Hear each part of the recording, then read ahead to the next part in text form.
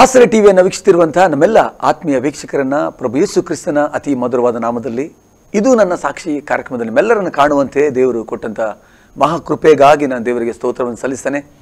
ಹೌದು ಪ್ರಿಯರೇ, ಈ ಒಂದು ಕಾರ್ಯಕ್ರಮದಲ್ಲಿ ಅನೇಕರ ಬದುಕಲ್ಲಿ ದೇವರು ವ್ಯತ್ಯಾಸವಾದ ಕಾರ್ಯಗಳನ್ನು ನಡೆಸಿದ್ದಾನೆ. ಇಂದು ಕೂಡ ನಮ್ಮ ಮಧ್ಯದಲ್ಲಿ ಬಾಧಿತಿದ್ದಾರೆ. ಅವರನ್ನು ಈ ಒಂದು ಕಾರ್ಯಕ್ರಮಕ್ಕೆ ನಾನು ಯೇಸು ಕ್ರಿಸ್ತ ನಾಮದಲ್ಲಿ ಸಮಸ್ತ ವೀಕ್ಷಕರ ಪರವಾಗಿ ಈ ಒಂದು ಕಾರ್ಯಕ್ರಮಕ್ಕೆ ನಾನು ಸ್ವಾಗತವನ್ನು ಮಾಡ್ತಾ ಇದ್ದೇನೆ. ಸ್ವಾಗತ ಬದರ್, ಸುಸ್ವಾಗತ ನಿಮಗೆ. ಕಿಶೋರ್ ಕ್ರಾಸ್ತ ಅಲ್ಲ? ಓಕೆ ಬ್ರದರ್, ನಿಮ್ಮ ಬದುಕಲ್ಲಿ ದೇವರು ಮಾಡಿದಂಥ ಅದ್ಭುತಗಳನ್ನು ಒಂದು ಹೇಳುವಂಥ ಒಳ್ಳೆಯ ಒಂದು ವೇದಿಕೆ ಇದು. ಅಂದರೆ ಈ ಒಂದು ಕಾರ್ಯಕ್ರಮದ ಮೂಲಕ ಅನೇಕ ಜನ ಆಶೀರ್ವಾದವನ್ನು ಹೊಂದ್ಕೊಂಡಿದ್ದಾರೆ. ಅವರ ಬದುಕಲ್ಲಿ ಮಾಡಿದಂಥ ಸಾಕ್ಷಿಗಳನ್ನು, ಅದ್ಭುತಗಳನ್ನು, ಅತಿಶಯಗಳನ್ನು ಈ ಒಂದು ಕಾರ್ಯಕ್ರಮದಲ್ಲಿ ಹಂಚುವಾಗ ಈ ಕರ್ನಾಟಕದ ಮೂಲೆ ಮೂಲೆ ಜನ ಈ ಒಂದು ಕಾರ್ಯಕ್ರಮವನ್ನು ಕೇಳಿ ತಮ್ಮ ಬದುಕಲ್ಲಿ ಯೇಸುವನ್ನು ಸ್ವೀಕಾರ ಮಾಡಿಕೊಂಡ ಅನೇಕ ಸಾಕ್ಷಿಗಳಿದೆ. ಓಕೆ, ನಿಮ್ಮ ಸಾಕ್ಷಿಯನ್ನು ಕೇಳುವಂಥ ಕೌತುಕ. ಯಾವ ರೀತಿ ದೇವರು ನಿಮ್ಮ ಬದುಕಲ್ಲಿ ಅದ್ಭುತವನ್ನು ಮಾಡಿದ್ರು ಅದು ಹೇಳೋದಕ್ಕಿಂತ ಮುಂಚೆ ನಿಮ್ಮ ಫ್ಯಾಮಿಲಿ ಬಗ್ಗೆ, ನಮಗೆ ನಿಮ್ಮ ಬಾಲ್ಯದ ಬಗ್ಗೆ ಅಥವಾ ನಿಮ್ಮ ಎಜುಕೇಷನ್ ಇರ್ಬೋದು, ನಿಮ್ಮ ಕೆಲಸ, ನಿಮ್ಮ ಮದುವೆ ಬಗ್ಗೆ ಸ್ವಲ್ಪ ನಾವು ಕೇಳಲಿಕ್ಕೆ ಕಾತುರರಾಗಿದ್ದೇವೆ. ಯಾವ ರೀತಿ ಇತ್ತು ನಿಮ್ಮ ಫ್ಯಾಮಿಲಿ ಬ್ಯಾಕ್ಗ್ರೌಂಡು, ಅಥವಾ ಆರ್ಥಿಕವಾಗಿ ಸದೃಢವಾಗಿತ್ತಾ, ಅಥವಾ ಯಾವ ರೀತಿ ನೀವು ಬೆಳೆದು ಬಂದ್ರಿ? ಫ್ಯಾಮಿಲಿ ಬಗ್ಗೆ ಹೇಳೋದಾದರೆ 3 ಮಕ್ಕಳು, ನಾನು ಹಿರಿಯವನು, ಅದರ ನಂತರ ತಮ್ಮ ಮತ್ತು ತಂಗಿ. ಅಪ್ಪ ಅಮ್ಮ ತುಂಬ ಕಷ್ಟದಲ್ಲಿ ನಾವು ಬೆಳೆದೆವು. ಮನೆಯ ವಾತಾವರಣ ಅಷ್ಟಾಗಿ ಒಂದು ಚೆನ್ನಾಗಿ ಇರಲಿಲ್ಲ. ಯಾಕೆಂತ ಹೇಳಿದರೆ ಅಪ್ಪ ವಿಪರೀತವಾಗಿ ಕುಡಿಯುವ ಒಂದು ವ್ಯಕ್ತಿಯಾಗಿದ್ದರು. ಹಾಗಿರೋದರಿಂದ ನಮ್ಮ ಜೀವಿತದಲ್ಲಿ ಸಮಾಧಾನ ಒಂದು ದಿವಸವಾದರೂ ನಮ್ಮ ಸಣ್ಣ ಪ್ರಾಯದಲ್ಲಿ ನಾವು ನೋಡಲೇ ಇಲ್ಲ. ಯಾವಾಗ ನೋಡಿದರೂ ಜಗಳ ಅಥವಾ ಅಮ್ಮನಿಗೆ ಹೊಡೆಯುವಂಥದ್ದು, ಇದೇ ಸ್ಥಿತಿ ಇದ್ದ ಕಾರಣ ನಾವು ಆ ಸಮಯದಲ್ಲಿ ಸಣ್ಣ ಮಕ್ಕಳು. ಸಾಧಾರಣ ನಾನು ಒಂದು 6 ವರ್ಷ 7-8 ವರ್ಷ ಅಥವಾ 10 ವರ್ಷ ಆ ಪ್ರಾಯದ ಸ್ವಲ್ಪ ನೆನಪುಗಳಿವೆ ನಮಗೆ. ಆ ಸಮಯದಲ್ಲಿ ಯಾವಾಗ ನೋಡಿದರೂ ಅತಿಯಾದ ಕುಡಿತದ ನಿಮಿತ್ತವಾಗಿ ಒಂದು ದಿವಸ ಆದರೂ ಮನೆಯಲ್ಲಿ ಸಮಾಧಾನ ಇಲ್ಲದಂಥ ಆ ಒಂದು ವಾತಾವರಣ. ಕೆಲವೊಮ್ಮೆ ಅಮ್ಮ ಕೆಲಸಕ್ಕೆ ಹೋಗ್ತಿದ್ರು, ಅಪ್ಪ ಸಹ ಕೆಲಸ ಮಾಡ್ತಿದ್ರು. ಆದರೂ ಅವರು ಅಮ್ಮ ದುಡಿದು ತರುವಾಗ ಎಲ್ಲ ಊಟ ಎಲ್ಲ ಕೆಲವೊಮ್ಮೆ ರೆಡಿ ಮಾಡಿ ತರುವಾಗ ಆ ಟೈಮಲ್ಲಿ ಇವರು ಆ ಬಟ್ಟಲ್ಗಳನ್ನೆಲ್ಲ ತೆಗೆದು ಬಿಸಾಡೋದು, ಊಟ ಎಲ್ಲ ಹಾಳಾಗುವಂಥದ್ದು. ಇದೇ ವಾತಾವರಣ ಯಾವಾಗ ನೋಡಿದರೂ ನಾವು ಬೆಳೀತಾ ಇರುವಾಗ ಪಾಪ ಕೆಲವೊಮ್ಮೆ ಅಮ್ಮನ ನೆನೆಸುವಾಗ ತುಂಬ ಬೇಸರ ಆಗ್ತದೆ. 3 ಸಣ್ಣ ಮಕ್ಕಳು, ನಮ್ಮ ಪರಿಸರ ಎಲ್ಲ ತುಂಬ ಕಾಡಿನಂಥ ಒಂದು ಆ ಸಮಯದಲ್ಲಿ ತುಂಬ ಹಳ್ಳಿ, ಒಂದು ಕಾಡು ಥರ. ಈ ರಾತ್ರಿ ಎಲ್ಲ ಒಂದು 12 ಗಂಟೆಯಿಂದ ಬೆಳಿಗ್ಗೆ ತನಕ ಅವರ ಮಡಿಲಲ್ಲಿ 3 ಮಕ್ಕಳು ಅವರು ಇಡೀ ರಾತ್ರಿ ಮಲಗದೆ ಆ ರೀತಿಯಾಗಿ ನಮ್ಮನ್ನು ಒಂದು ಪೋಷಣೆ ಮಾಡ್ತಾ ಇದ್ರು. ಹಾಗಿರುವಾಗ ಮತ್ತೆ ಏನೆಂಬುದಾಗಿ ಅಲ್ಲಿಂದ ಈ ಥರ ಜೀವನ ಹೋಗ್ತಾ ಇರುವಾಗ ವಿದ್ಯಾಭ್ಯಾಸ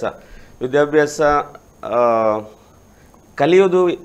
ಆ ಟೈಮಲ್ಲಿ ಕರೆಂಟ್ ಎಲ್ಲ ಇಲ್ಲಲ್ಲ, ಚಿಮಣಿ ದೀಪಗಳು. ಕಲಿಯುವುದಂದ್ರೆ ಎಲ್ಲಿ ಕಲಿಯುವುದು, ಇದು ರಾತ್ರಿ ಇದೇ ಜಗಳನೇ ಆಗ್ತಿರ್ತದೆ. ಶಾಲೆಗೆ ಹೋಗುವ ಸಮಯದಲ್ಲೆಲ್ಲ ಜಾಸ್ತಿಯಾಗಿ ಕಲೀಲಿಲ್ಲ.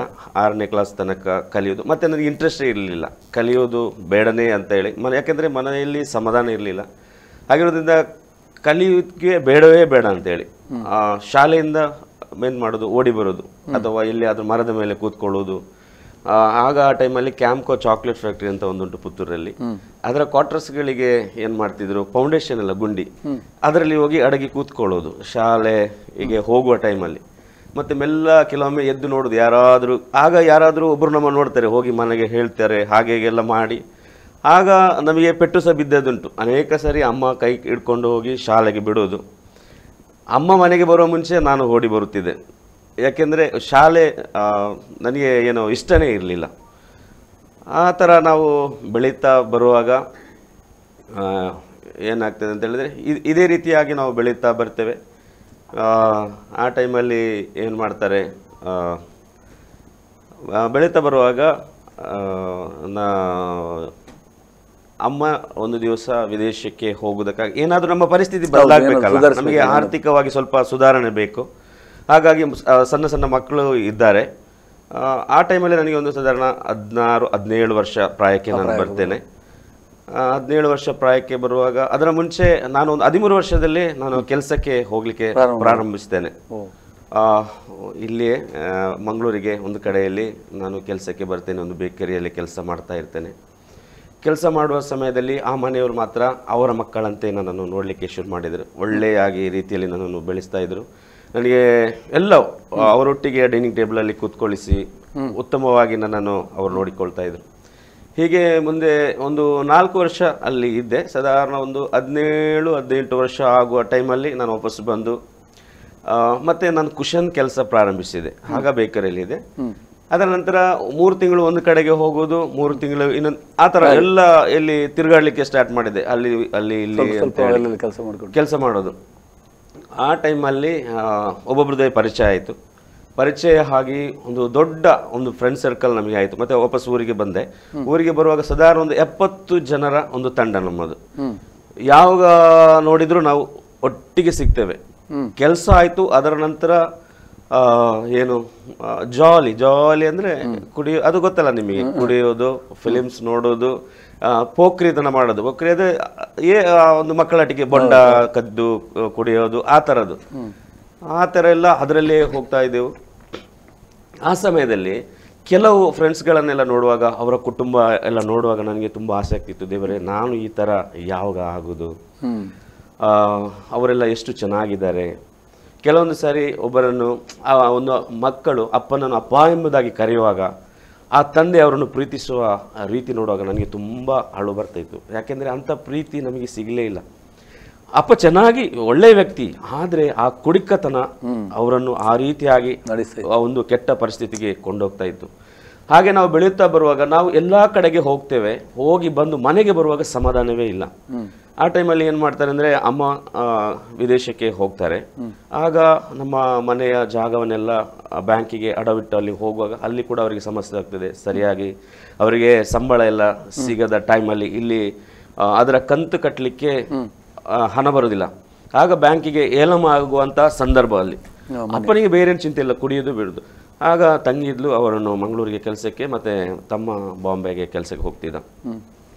ಮನೆ ತುಂಬ ಹಾಳಾದ ರೀತಿಗೆ ತಲುಪಿತು. ಯಾಕೆಂದರೆ ಹೀಗೆ ನೋಡುವಾಗ ಹಂಚುಗಳು ತಲೆ ಮೇಲೆ ಬೀಳುವಂಥ ಸ್ಥಿತಿ. ನಮಗೆ ಏನು ಮಾಡ್ಲಿಕ್ಕಾಗೋದಿಲ್ಲ. ಆ ಸಮಯದಲ್ಲಿ ನಮಗೆ ಸಣ್ಣ ಸಂಬಳ ಅಲ್ಲ, 250-300 ರೂಪಾಯಿ ಸಂಬಳ. ಅದರಲ್ಲಿ ಜಾಲಿ ಅಂತೇಳಿ ನಾವು ಬರುವಾಗ ಶನಿವಾರ ಅದು ಬಾರಿಗೆ ಕೊಟ್ಟು ಅಲ್ಲಿ ಖಾಲಿ ಮಾಡಿ ಮನೆಗೆ ಬರುವಂಥ ಪರಿಸ್ಥಿತಿ.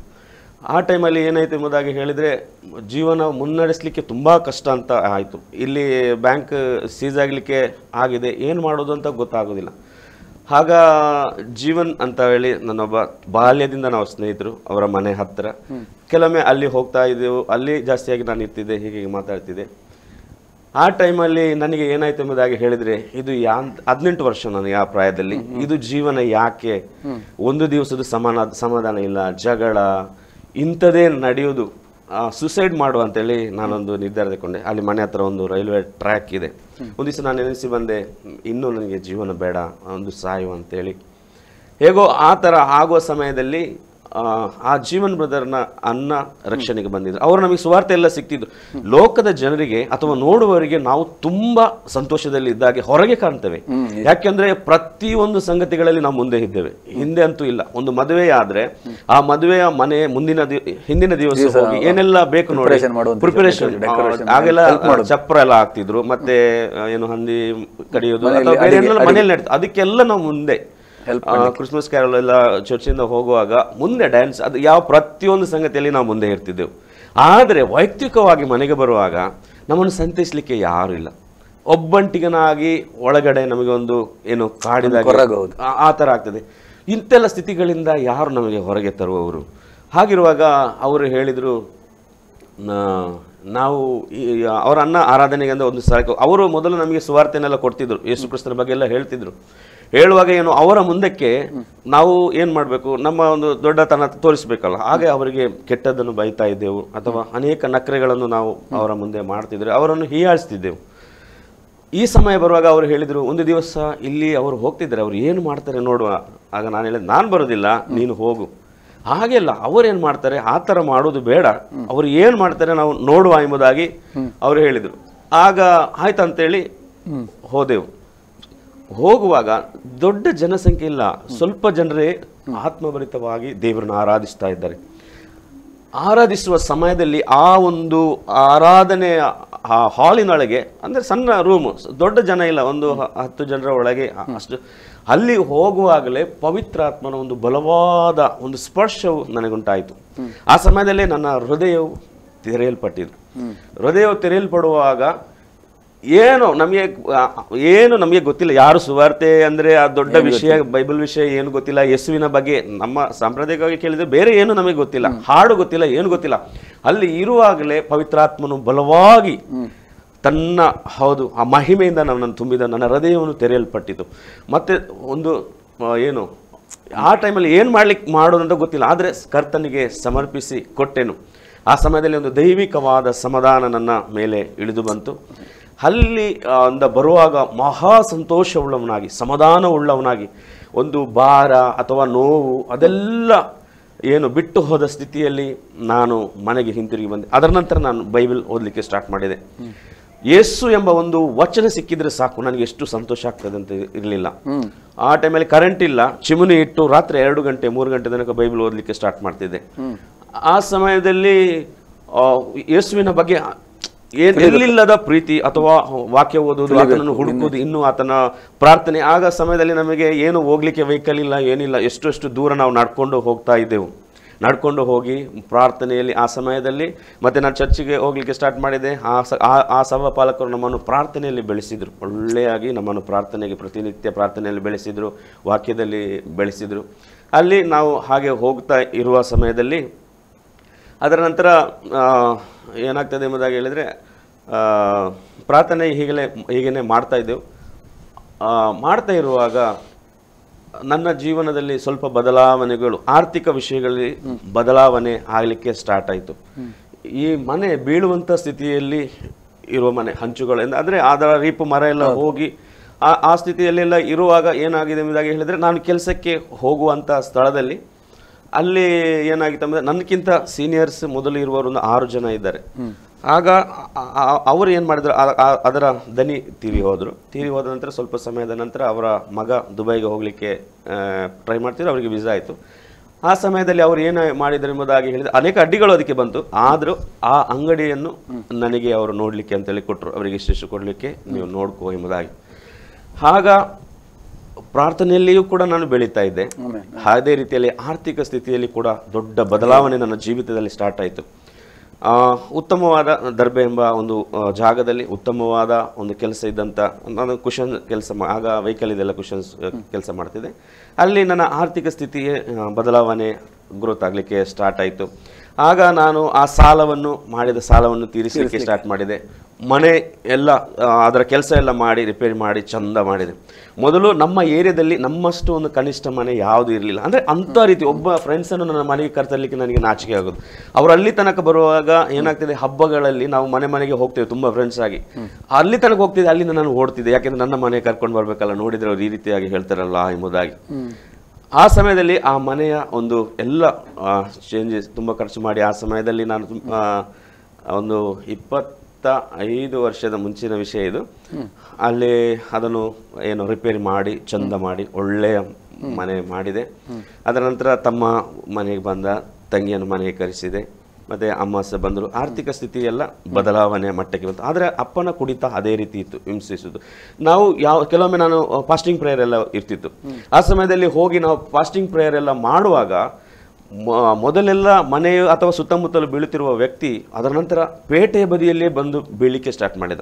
ಯಾಕೆಂದರೆ ನಾವು ಎಷ್ಟು ಪ್ರಾರ್ಥನೆಯನ್ನು ಬೆಳೆಯಲಿಕ್ಕೆ ಪ್ರಯತ್ನಿಸ್ತೇವೋ, ಸೈತಾನ ಅಷ್ಟು ಒಂದು ಏನೆಂಬುದಾಗಿ ನಮ್ಮನ್ನು ಇನ್ನೂ ಕುಗ್ಗಿಸ್ಲಿಕ್ಕೆ, ನೀನು ಇಷ್ಟು ಪ್ರಾರ್ಥನೆ ಮಾಡ್ತಿಲ್ಲ, ಅದರಿಂದ ಏನು ಲಾಭ, ಆ ಥರ ಎಲ್ಲ ವಿಚಾರಗಳು ಬರಲಿಕ್ಕೆ ಪ್ರಾರಂಭವಾದವು. ಆದರೆ ಏನು ಮಾಡೋದು, ಏನು ಮಾಡಲಿಕ್ಕಾಗೋದಿಲ್ಲ. ಕೆಲವೊಂದು ಸಮಯ ನಾನು ಅವರ ಮೇಲೆ ಬಲ ಪ್ರಯೋಗ ಮಾಡಲಿಕ್ಕೆ ಸ್ಟಾರ್ಟ್ ಮಾಡಿದೆ. ನನ್ನ ಸಾಮರ್ಥ್ಯದಿಂದ ಏನಾದರೂ ಮಾಡಿ ಅವರ ಮೇಲೆ ಕೈ ಹಾಕುವುದು. ಎಷ್ಟು ಹೇಳಿದ್ರು ಕೇಳ್ತಾ ಇಲ್ಲಲ್ಲ, ಏನು ಮಾಡೋದು ಎಂಬುದಾಗಿ. ಒಂದು ದಿವಸ ವಾಕ್ಯವನ್ನು ಓದುವಾಗ ಆ ವಾಕ್ಯವು ನನಗೆ ಹೀಗೆ ಹೇಳಿತು, ತಂದೆ ತಾಯಿಗೆ ಬೈಯುವವನು ಅಥವಾ ಹೊಡೆಯುವವನು ಶಾಪಗ್ರಸ್ತನು ಎಂಬುದಾಗಿ.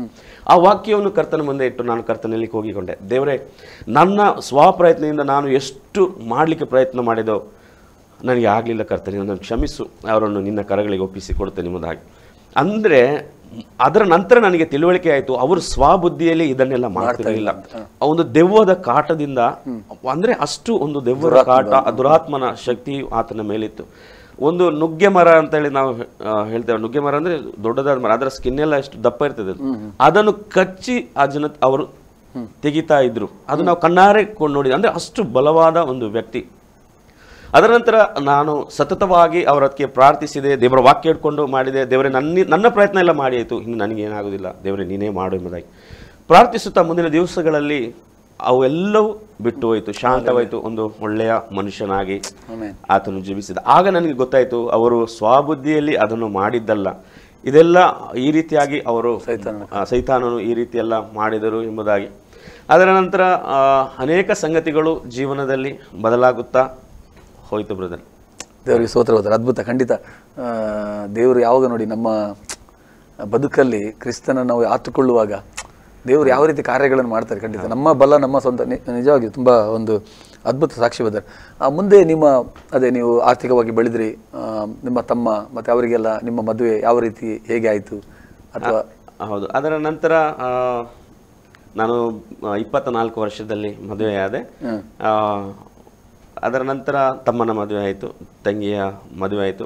ಮತ್ತೆ ಅವರೆಲ್ಲರೂ ಕ್ರಿಸ್ತನಲ್ಲಿ ಬಂದರು. ಅಮ್ಮ ಕರ್ತನೆಡೆಗೆ ಬಂದರು, ತಮ್ಮ ತಂಗಿ ಅವರೆಲ್ಲ ಕ್ರಿಸ್ತನ ಕಡೆಗೆ ಬಂದರು. ಮತ್ತೆ ಅದೇ ನೀವು ಈಗ ಬಂದಾಗ ನಿಮ್ಮ ರಕ್ಷಣೆ ಬಂದಾಗ ಎಲ್ಲ ಫ್ಯಾಮಿಲಿಯಿಂದ ಯಾವ ರೀತಿ ನೀವು ಅಂದರೆ ಒಂದು ಧಾರ್ಮಿಕ ಕುಟುಂಬದಲ್ಲಿ ಬೆಳೆದು ಬಂದವರು, ಕಥೋಲಿಕ ಧರ್ಮದಿಂದ ಕ್ರಿಸ್ತನಲ್ಲಿ ಅಥವಾ ಒಂದು ಸತ್ಯವೇದ ಆಧಾರಿತ ಅಥವಾ ಇಂಥ ಫುಲ್ ಗಾಸ್ಪಲ್ ಚರ್ಚಿಗೆ ನೀವು ಬರುವಾಗ ಹೇಗೆ ಹಿಂಸೆ ಜನರಿಂದ ಯಾವ ರೀತಿ ನಿಮ್ಮನ್ನು ಸ್ವೀಕಾರ ಮಾಡಿದ್ರು ಅವರು? ಅದರಲ್ಲಿ ನಮ್ಮ ಕುಟುಂಬದಿಂದ ಬಂದಿದೆ, ಆದರೆ ಅಪ್ಪ ಸ್ವಲ್ಪ ವಿರೋಧ ಮಾಡ್ತಿದ್ರು. ಅದರ ನಂತರ ಅವರು ಕೇಳ್ತಾ ಇದ್ರು, ಮತ್ತೆ ತಮ್ಮ ತಂಗಿ ಅಮ್ಮ ಏನು ವಿರೋಧ ಮಾಡಲಿಲ್ಲ. ಯಾಕೆಂದರೆ ಅದೊಂದು ಸಾಕ್ಷಿ ಅವರು ನೋಡ್ತಾ, ನಮ್ಮ ಬೆಳವಣಿಗೆ ನೋಡ್ತಾ ಬರುವಾಗ, ಹೌದು ಇವರು ದೇವರ ಕಾರ್ಯ ಅವರು ಅನುಭವಿಸ್ತಾ ಇದ್ರು, ಇದು ದೇವರಿಂದ ಅಲ್ಲದೆ ಬೇರೆ ಶಕ್ತಿಗೆ ಇದನ್ನು ಮಾಡಲಿಕ್ಕೆ ಸಾಧ್ಯವಿಲ್ಲ ಎಂಬುದಾಗಿ ಅವರಿಗೆ ಅರಿವಾದ ನಂತರ ಅವರಿಂದ ಏನು ಸಾಧ್ಯವಿಲ್ಲ. ಆದರೆ ಅಮ್ಮನ ಕುಟುಂಬದಿಂದ ನಮಗೆ ತುಂಬ ಸಮಸ್ಯೆಗಳು ಬಂತು. ಅವರು ವಿರೋಧ ಮಾಡಿದರು. ಮತ್ತೆ ನಮ್ಮ ಫ್ರೆಂಡ್ ಸರ್ಕಲ್ ದೊಡ್ಡದು ಆಗಿರೋದ್ರಿಂದ 70-80 ಜನ ನಾವು ಫ್ರೆಂಡ್ಸ್. ಅಂದರೆ ಜೀವಕ್ಕೆ ಆ ಟೈಮಲ್ಲಿ ಜೀವ ಕೊಡುವಂಥ ಒಂದು ಫ್ರೆಂಡ್ಸ್. ಏನಾದರೂ ಒಂದು ಹೆಚ್ಚು ಕಮ್ಮಿ ಆದರೆ ನಾವು ಅಲ್ಲಿ ಓಡಿ ಆ ಸ್ನೇಹ ಈಗ ನನಗೆ ಹೇಗೆ ವರ್ಣಿಸುವುದಂತ ಗೊತ್ತಾಗೋದಿಲ್ಲ. ಒಬ್ಬನಿಗೆ ಏನಾದರೂ ಆದರೆ ಆ ಜಾಗದಲ್ಲಿ ಎಲ್ಲರೂ ಹೋಗಿ ಆಯಿತು, ಅಷ್ಟು ಪ್ರೀತಿಯಲ್ಲಿ ನಾವಿದ್ದೆವು. ಅಲ್ಲಿಂದ ಬಿಡಲಿಕ್ಕೆ ತುಂಬ ಕಷ್ಟ ಆಯಿತು ನಮಗೆ. ಯಾಕೆಂದರೆ ನಮಗೆ ಆ ಟೈಮಲ್ಲಿ ನಾವು ಡ್ರಿಂಕ್ಸ್ ಮಾಡ್ತಿದ್ದೆವು. ಇದೆಲ್ಲ ಮಾಡುವಾಗ ಅದು ತುಂಬ ಅದ್ಧೂರಿಯಾಗಿ ಆ ಟೈಮಲ್ಲಿ ಅಂಥದ್ದೆಲ್ಲ ವಿಷಯಗಳಿತ್ತು. ಅದರಿಂದ ಬಿಟ್ಟು ಬರುವಾಗೆಲ್ಲ ತುಂಬ ಏನಂದರೆ ಅವರು ನಮ್ಮನ್ನು ಏನು ಮಾಡ್ತಿದ್ರು, ಇವನು ಅಲ್ಲಿಗೆ ಹೋಗ್ತಾ ಇದನ್ನೆಲ್ಲ ಕ್ಯಾರೆ ಮಾಡ್ತಿರ್ಲಿಲ್ಲ. ಕುಟುಂಬದವರಾಗಲಿ ನಮ್ಮ ಹತ್ತಿರ, ನಾವು ಪೇಟೆಯಲ್ಲಿ ಇದ್ದ ಕಾರಣ ಎಲ್ಲರಿಗೆ ಪರಿಚಯ ಇದ್ದವರಾಗಿದ್ದೆವು, ನಮ್ಮನ್ನು ಯಾರೂ ಹತ್ತಿರ ಸೇರಿಸ್ಕೊಳ್ಳಿಲ್ಲ. ಆ ಸಮಯದಲ್ಲಿ ತುಂಬ ನೋವಾಗ್ತಿತ್ತು. ಆದರೆ ನಾವು ವಾಕ್ಯದಲ್ಲಿ ನಾವು ಪ್ರಾರ್ಥನೆ ವಾಕ್ಯ ಎಂಬ ಹೇಳುವಾಗ ಈ ಎಲ್ಲ ಸಂಗತಿಗಳು ನಮಗೆ ಅಷ್ಟೊಂದು ವಿಷಯವಾಗಿ ಕಾಣಲಿಲ್ಲ. ಪವಿತ್ರಾತ್ಮನು ಏನೆಂಬುದಾಗಿ ತನ್ನ ವಿಶೇಷವಾದ ಒಂದು ಬಲದಿಂದ ಕರ್ತನು ತನ್ನ ಕೃಪೆಯಿಂದ ದಿನನಿತ್ಯವೂ ಆತನು ಪ್ರೀತಿಸುತ್ತಾನೆ. ಆ ಪ್ರೀತಿ ನಮಗೆ ಕೊಟ್ಟು ಯೆಹೋವನು ಸರ್ವೋತ್ತಮನೆಂದು ಅನುಭವದಿಂದ ಸವಿದು ನೋಡ್ರಿ ಎಂಬುದಾಗಿ ಹೇಳಿದ ಹಾಗೆ ಆ ಪ್ರೀತಿಯನ್ನು ನಾವು ದಿನನಿತ್ಯವೂ ಸವಿತಾ ಇದ್ದೆವು. ದೇವರು ಮಾತನಾಡುವ ವಿಷಯಗಳು, ದೇವರು ಬೆಳೆಸುವ ವಿಷಯಗಳು, ಎಲ್ಲ ವಿಷಯಗಳಲ್ಲಿ ಜಯ ಹೊಂದುತ್ತಾ ನಾನು ಮುಂದಕ್ಕೆ ಹೋದೆವು. ಅವರೇ ಮುಂದಿನ ದಿವಸಗಳಲ್ಲಿ ನಮಗೆ, ಹೌದು ಇವರು ನಮ್ಮೊಟ್ಟಿಗೆ ಇದ್ದವರು, ಈಗ ಅವರ ಪರಿಸ್ಥಿತಿ ನೋಡಿ ಹೇಗಿದ್ದಾರೆ, ಹೇಗೆ ಬದಲಾವಣೆ ಹೊಂದಿದ್ದಾರೆ, ಅವರ ಮಾತುಗಳು ನೋಡಿ, ಅವರ ಜೀವನ ನೋಡಿ ನಮ್ಮ ವಿಷಯವಾಗಿ ಸಾಕ್ಷಿ ಹೇಳಲಿಕ್ಕೆ ಪ್ರಾರಂಭಿಸಿದರು. ಆಗ ತುಂಬ ಸಂತೋಷವಾಯಿತು. ಕೆಲವೊಮ್ಮೆ ಅವರು ಪ್ರಾರ್ಥನೆಗಾಗಿಯೂ ನಮ್ಮಲ್ಲಿ ವಿನಂತಿಸಿದ್ದಾರೆ, ನಾವು ಪ್ರಾರ್ಥಿಸಿದ್ದೇವೆ. ಮತ್ತು ಆ ಒಂದು ಕೂಟದಿಂದ ಕೆಲವರು ರಕ್ಷಣೆಗೆ ಬಂದಿದ್ದಾರೆ, ನಾವು ಅವರಿಗೆ ಸುವಾರ್ತೆಯನ್ನು ಕೊಟ್ಟಿದ್ದೇವೆ. ಕೆಲವರು ರಕ್ಷಣಾ ಮಾರ್ಗಕ್ಕೆ ಬಂದವರು ಆಗಿದ್ದಾರೆ ಬ್ರದರ್. ದೇವರಿಗೆ ಸ್ತೋತ್ರ ಬ್ರದರ್.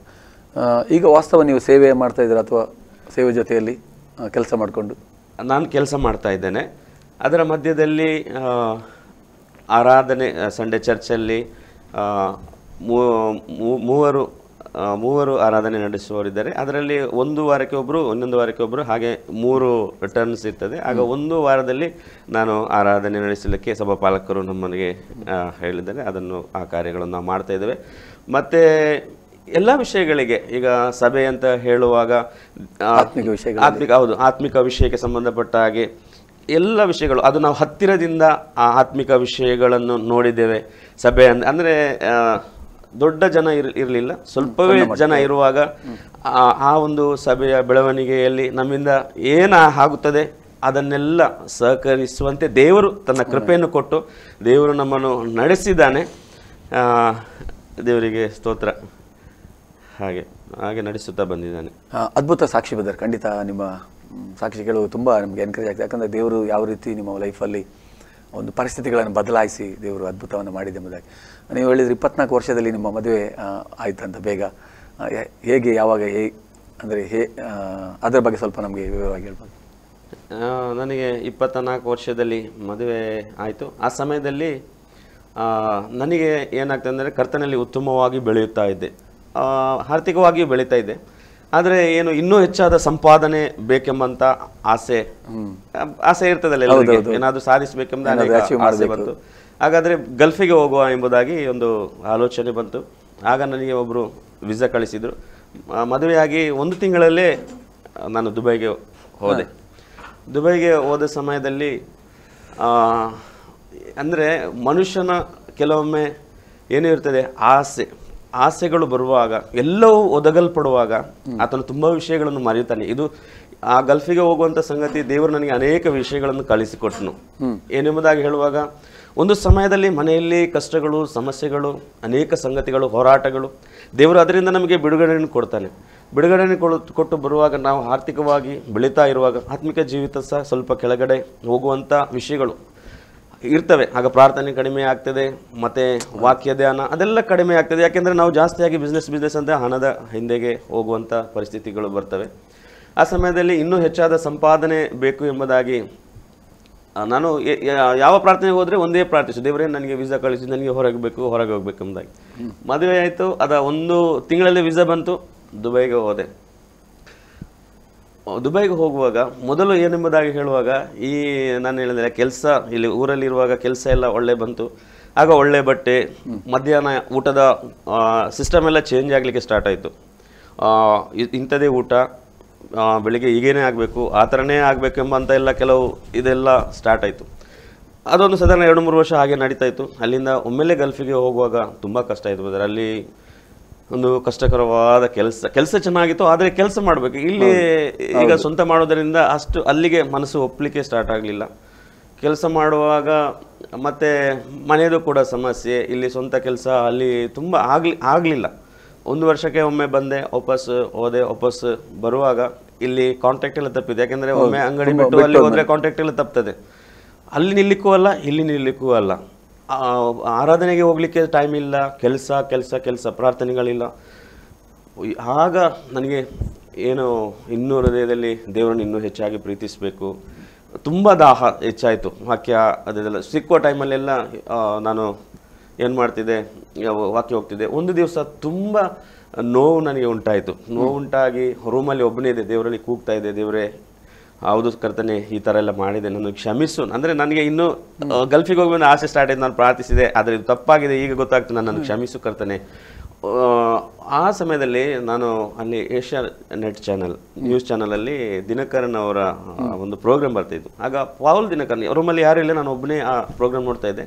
ಪಾಲ್ ದಿನಕರನ್ ನನ್ನ ಹೆಸರು ತೆಗೆದು ನನಗೆ ಹೇಳಿದರು, ಜೀವನ್ ಕಿಶೋರ್, ನೀನು ಈ ಸ್ಥಿತಿಯಲ್ಲಿ ಹೋಗ್ತಿದ್ಯಾ, ಎಲ್ಲ ಕಳ್ಕೊಂಡಂಥ ಸ್ಥಿತಿ ನಿನಗೆ ನೀನು ನೆನೆಸ್ತಿದ್ದಿ, ಆದರೆ ದೇವರು ನಿನ್ನನ್ನು ಹಿಮ್ಮಡಿಯಾಗಿ ಆಶೀರ್ವದಿಸ್ತಾನೆ ಎಂಬುದಾಗಿ.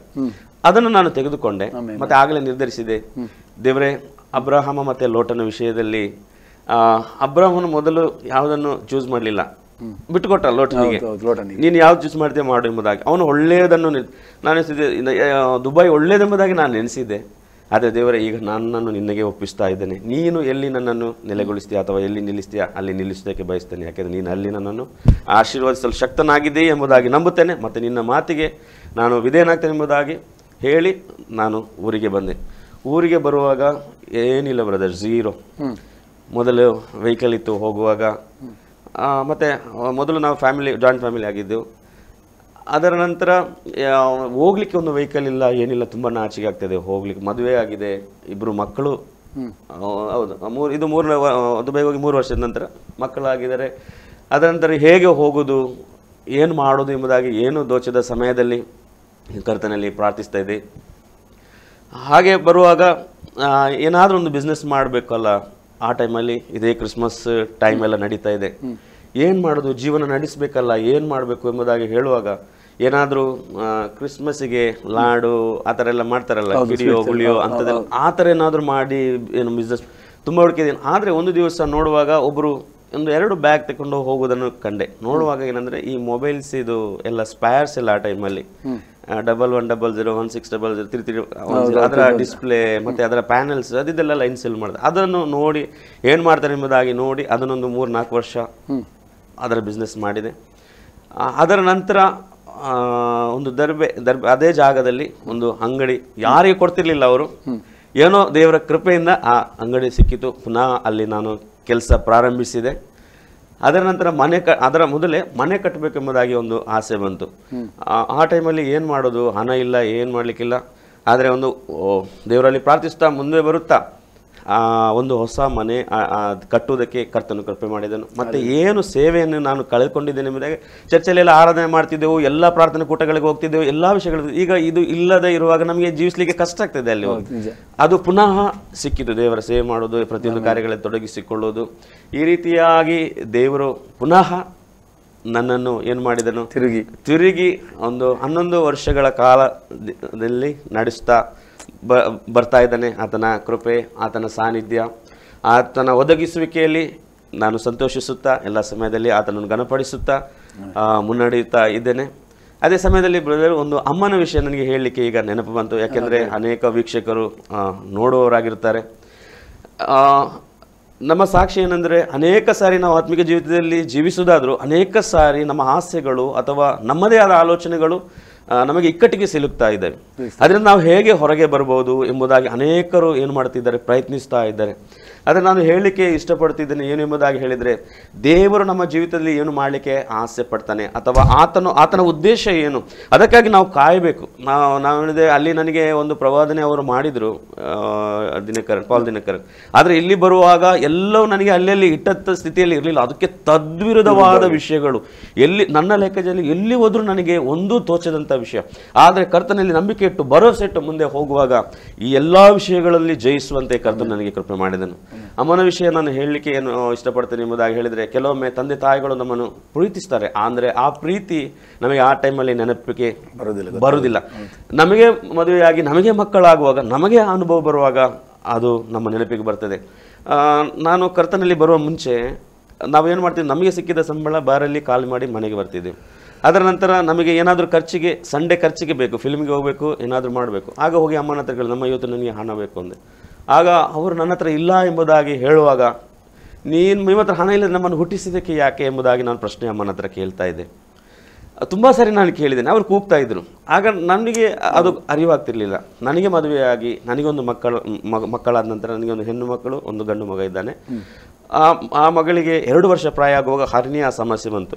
ಆ ಸಮಯದಲ್ಲಿ ಆಪರೇಷನ್ನಿಗೆ ಅಂತೇಳಿ ಹಾಸ್ಪಿಟ್ಲಿಗೆ ಕರ್ಕೊಂಡು ಬರುವಾಗ, ಅಲ್ಲಿಂದ ಅವರಿಗೆ ಏನು ಆಪರೇಷನ್ಗೆ ಹೋಗುವಂಥ ಸಮಯದಲ್ಲಿ ಅವಳು ಕೂಗುವುದನ್ನು ಅಥವಾ ಅವಳು ಏನು ಮಾಡ್ತಾಳೆ, ಆ 2 ವರ್ಷ ಪ್ರಾಯದ ಮಗು ಅವರ ಅಳು ಅಥವಾ ಅದನ್ನು ನೋಡುವಾಗ ನನ್ನ ಹೃದಯ ಹೊಡಿಲಿಕ್ಕೆ ಸ್ಟಾರ್ಟ್ ಆಯಿತು. ಆ ಪ್ರೀತಿ ಆಗಲೇ ನಾನು ಅಮ್ಮನಿಗೆ ಈ ರೀತಿಯಾಗಿ ಹೇಳ್ತಿದ್ದೆ ಅಲ್ಲ, ಅಯ್ಯೋ ನನ್ನ ಅಮ್ಮ ಎಷ್ಟು ನನ್ನನ್ನು ಪ್ರೀತಿಸಿದ್ದಾರೆ, ಪಾಪ ಕಷ್ಟಪಟ್ಟು ಯಾವ ರೀತಿಯಲ್ಲಿ ಅವರು ನಮ್ಮನ್ನು ಬೆಳೆಸಿರ್ಬೋದು ಎಂಬುದಾಗಿ ತುಂಬ ಆ ಸಮಯದಲ್ಲಿ ಅಮ್ಮನಿಗೆ ನಾನು ಹೇಳಿದೆ. ಮತ್ತು ನನಗೆ ಅದು ಅರಿವಾಯಿತು, ಅಮ್ಮ ಸಾರಿ, ನೀವು ನನ್ನನ್ನು ಎಷ್ಟೋ ಪ್ರೀತಿಸಿದಿರಿ, ಆದರೆ ನಾನು ಗೊತ್ತಿಲ್ಲದೆ ಆ ಸಮಯದಲ್ಲಿ ಇಲ್ಲ ಹೀಗೆ ಮಾಡಿದ್ದೀನಿ, ನನ್ನನ್ನು ಕ್ಷಮಿಸಿ ಎಂಬುದಾಗಿ. ಹಾಗೆ ನಾವು ಹಂತವಾಗಿ ಒಂದೊಂದು, ಕೆಲವೊಮ್ಮೆ ಮದುವೆಯ ವಿಷಯಗಳು ಮದುವೆ ಆದ ನಂತರ ಗೊತ್ತಾಗ್ತದೆ, ಮಕ್ಕಳ ವಿಷಯ ಮಕ್ಕಳಾದ ನಂತರ. ಹಾಗೆ ನಾವು ಬೆಳೀತಾ ಹೋಗುವಾಗ ಪ್ರತಿಯೊಂದು ಕಾರ್ಯಗಳಲ್ಲಿ ಒಂದೊಂದು ಸಂಗತಿಯನ್ನು ಕಲಿಯುತ್ತಾ, ತಿಳಿಯುತ್ತಾ, ಅನುಭವಿಸುತ್ತಾ ಎಲ್ಲ ಹೋಗುತ್ತಾ ಇದ್ದೇವೆ. ದೇವರು ತನ್ನ ವಾಕ್ಯದ ಮೂಲಕ ನಮ್ಮನ್ನು ಬಲಪಡಿಸ್ತಾನೆ. ಎಷ್ಟೋ ಸಾರಿ ನಮ್ಮ ಗಾಲು ಜಾರಿತು ಎಂಬುದಾಗಿ ಹೇಳುವಾಗಲೇ ಆತನು ಹಲ್ಲೆಲೂಯಾ ತನ್ನ ಕರಗಳಲ್ಲಿ ನಮ್ಮನ್ನು ಹಿಡಿಯುತ್ತಾ, ನಮ್ಮನ್ನು ಬಲಪಡಿಸುತ್ತಾ, ನಮ್ಮನ್ನು ಆಧರಿಸುತ್ತಾ, ನಮ್ಮನ್ನು ಮುನ್ನಡೆಸುತ್ತಾನೆ. ಈವರೆಗೂ ಕಾದಿದ್ದಾನೆ, ಕಾಪಾಡಿದ್ದಾನೆ, ಬಲಪಡಿಸಿದ್ದಾನೆ. ಆತನಲ್ಲಿ ಆನಂದಿಸುವಂತೆ ಹಲ್ಲೆಲೂಯಾ ತನ್ನ ಪವಿತ್ರ ಆತ್ಮನನ್ನು ಕೊಟ್ಟು ನಮ್ಮನ್ನು ಬಲಪಡಿಸಿ ನಡೆಸಿದ್ದಾನೆ. ಉತ್ತಮ ಕುಟುಂಬ ಕೊಟ್ಟಿದ್ದಾನೆ, ಉತ್ತಮ ಹೆಂಡತಿ, ಮಕ್ಕಳಿಬ್ಬರು ಇದ್ದಾರೆ. ಕರ್ತನ ನಾಮಕ್ಕೆ ಸ್ತೋತ್ರವಾಗಲಿ. ಅದ್ಭುತವಾದ, ಖಂಡಿತ ನಾವು ನೆನೆಸ್ತೇವೆ ಎಲ್ಲರೂ. ಅಂದರೆ ಅನೇಕ ಸ್ನೇಹಿತರು, ನಮ್ಮ ಕುಟುಂಬಸ್ಥರು ಮಾತು ಕೊಡ್ತಾರೆ ಕೆಲವು ಸಲ ನಮಗೆ, ನಾನಿದ್ದೇವೆ ಅಂತ. ಅದು ಎಲ್ಲರೂ ಕೈ ಬಿಟ್ಟಾಗ, ಒಂದು ಒಂಟಿತನದನ್ನು ಹೋಗುವಾಗ ನಾವು ಯಾರು ನಮಗೆ ದಾರಿ ತೋರಿಸ್ತಾರೆ ಅಥವಾ ಯಾರು ನಮ್ಮ ಕೈ ಹಿಡಿತಾರೆ, ಯಾರು ನಮಗೆ ಮಾರ್ಗದರ್ಶನ. ಖಂಡಿತ ನಾವು ನಂಬಿದಂಥ ದೇವರತ್ತ, ನೀವು ಯೌವನ ಪ್ರಾಯದಲ್ಲಿ ಕರ್ತನನ್ನು ಕಂಡುಕೊಂಡಿದ್ದರಿಂದ ದೇವರು ನೋಡಿ ಯಾವ ರೀತಿ ನಿಮ್ಮ ಲೈಫಲ್ಲಿ ಎಲ್ಲ ಸಮಸ್ಯೆಗಳ ಮಧ್ಯದಲ್ಲಿ, ಹೋರಾಟಗಳ ಮಧ್ಯದಲ್ಲಿ ಖಂಡಿತವಾಗಲೂ ಅದ್ಭುತವಾಗಿ ನಿಮ್ಮ ನಡೆಸಿದಂಥ ಅದ್ಭುತ ಸಾಕ್ಷಿಗಾಗಿ ನಾನು ದೇವರಿಗೆ ಸ್ತೋತ್ರವನ್ನು ಸಲ್ಲಿಸ್ತೇನೆ. ಖಂಡಿತವಾಗಿ ನಾವು ಯಾವಾಗಲೂ ಕುಗ್ಗಿ ಹೋಗಬಾರ್ದು. ಯಾಕಂದರೆ ನಾವು ನೆನೆಸ್ತೇವೆ ನಮಗೆ ಇಂಥ ಪರಿಸ್ಥಿತಿ ಬಂದಾಗ ಮುಂದೆ ಏನು ಅದೇ ನೀವು ಹೇಳಿದ್ರೆ ತದ್ವಿರುದ್ಧವಾದಂಥ ಒಂದು ಪರಿಸ್ಥಿತಿಗಳು ನಮಗೆ ಮುಂದೆ ಕಾದಿರುತ್ತದೆ. ನಾವು ನೆನೆಸ್ತೇವೆ ನಾವು ಪ್ರೇಯರ್ಲಿದ್ದೇವೆ, ಮಾರ್ಗಗಳು ಸುಲಭ ಆಗ್ತದೆ, ದೇವರ ಮಾರ್ಗ ತೆರೀತಾನೆ ಅಂತ. ಖಂಡಿತವಾಗ್ಲೂ ಸಾಧ್ಯ ಇಲ್ಲ.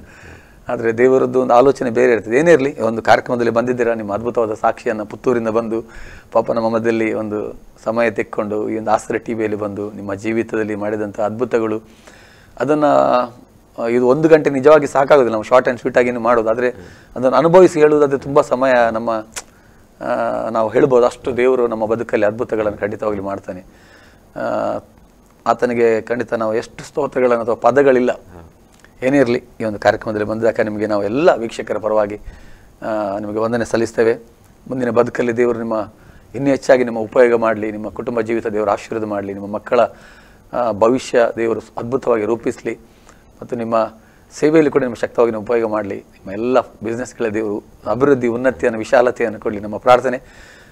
ಈ ಒಂದು ಸಾಕ್ಷಿಯ ಮೂಲಕ ಅನೇಕರಿಗೆ ಉತ್ತೇಜನ ಆಗಲಿ, ಅನೇಕರ ಬದುಕಲ್ಲಿ ಒಂದು ದೊಡ್ಡ ತಿರುವು ಕ್ರಿಸ್ತನ ಕೊಡಲಿ ಅಂತ ಹೇಳ್ತಾ ಒಂದು ಕಾರ್ಯಕ್ರಮದಲ್ಲಿ ಬಂದಾಗ ನಿಮಗೆ ವಂದನೆ ಸಲ್ಲಿಸ್ತೇನೆ brother. Thank you so much ನಿಮ್ಮ ಸಮಯಕ್ಕಾಗಿ ಮತ್ತು ನಿಮ್ಮ ಸಾಕ್ಷಿಗಾಗಿ ವಂದನೆ ಸಲ್ಲಿಸಿ. Thank you so much. Ashraya ಟಿವಿಯನ್ನು ವೀಕ್ಷಿಸಿರುವಂಥ ನಮ್ಮೆಲ್ಲ ಆತ್ಮೀಯ ವೀಕ್ಷಕರೇ, ಕ್ರಿಸ್ತನಲ್ಲಿ ನಾವು ಬಂದಾಗ ನಮಗೆ ಹೋರಾಟಗಳು, ನೋವುಗಳು ಅಥವಾ ಇದು ಎಂಥ ಸಮಸ್ಯೆಗಳು ಕಡಿಮೆ ಅಂತ ನಾವು ನೆನೆಸ್ಬೋದು. ಆದರೂ ನಾವು ಕ್ರಿಸ್ತನಲ್ಲಿ ಬಂದಾಗ ನಮಗೆ ಖಂಡಿತವಾಗಲೂ ಅನೇಕ ಹೋರಾಟಗಳು, ಸೈತಾನು ಅನೇಕ ರೀತಿಯಲ್ಲಿ ನಮ್ಮನ್ನು ಕುಗ್ಗಿಸುವುದಕ್ಕೆ ಅಥವಾ ನಮ್ಮ ಮೇಲೆ ಅನೇಕ ರೀತಿಯ ಒಂದು ಬಲವನ್ನು ಆತನು ಪ್ರಯೋಗ ಮಾಡೋದು. ಆದರೂ ಕೂಡ ದೇವರು ಲೋಕವನ್ನು ಜಯಿಸಿದಂಥ ದೇವರು, ಯಾವಾಗ ನಾವು ಕರ್ತನ ಮೇಲೆ ಅಥವಾ ಭರವಸೆಯನ್ನು, ಆತನ ಮೇಲೆ ನಂಬಿಕೆಯನ್ನು ಇಡುವಾಗ ದೇವರು ನಾವು ಯೋಚಿಸಕ್ಕಿಂತಲೂ, ನಾವು ಆಲೋಚಿಸಕ್ಕಿಂತಲೂ ಮಿಗಿಲಾದ ಕಾರ್ಯಗಳ ಬದುಕಲ್ಲಿ ಮಾಡ್ತಾನೆ ಎಂಬುದಾಗಿ ಅದ್ಭುತ ಸಾಕ್ಷಿ ನಾವು ಕೇಳಿದ್ದೇವೆ. ನಿಮ್ಮ ಬದುಕಲ್ಲಿ ಕೂಡ ಅನೇಕ ಹೋರಾಟಗಳು, ನೋವುಗಳು, ವೇದನೆಗಳು, ಸಮಸ್ಯೆಗಳು, ಕಣ್ಣೀರುಗಳು ಇರುವುದಾದರೆ ಖಂಡಿತವಾಗಲೂ ನೀವು ಕರ್ತನನ್ನು ಬೇಡಿಕೊಳ್ಳುವುದಾದರೆ, ಆತನನ್ನು ಸ್ವೀಕರಿಸುವುದಾದರೆ, ಆತನನ್ನು ಆತುಕೊಳ್ಳುವುದಾದರೆ ದೇವರು ನಿಮ್ಮ ಬದುಕಲ್ಲಿ ಕೂಡ ಅದ್ಭುತವನ್ನು ಮಾಡಲು ಶಕ್ತನಾಗಿದ್ದೇನೆ. ಮುಂದಿನ ಸಂಚಿಕೆಯಲ್ಲಿ ಮತ್ತೊಬ್ಬ ಸಾಕ್ಷಿಯೊಂದಿಗೆ ನಿಮ್ಮ ಭೇಟಿ. ಅಲ್ಲಿ ತನಕ ನಿರಂತರ ನೋಡ್ತಾ ಇರಿ ಆಶ್ರಯ ಟಿವಿ. ವಂದನೆಗಳು.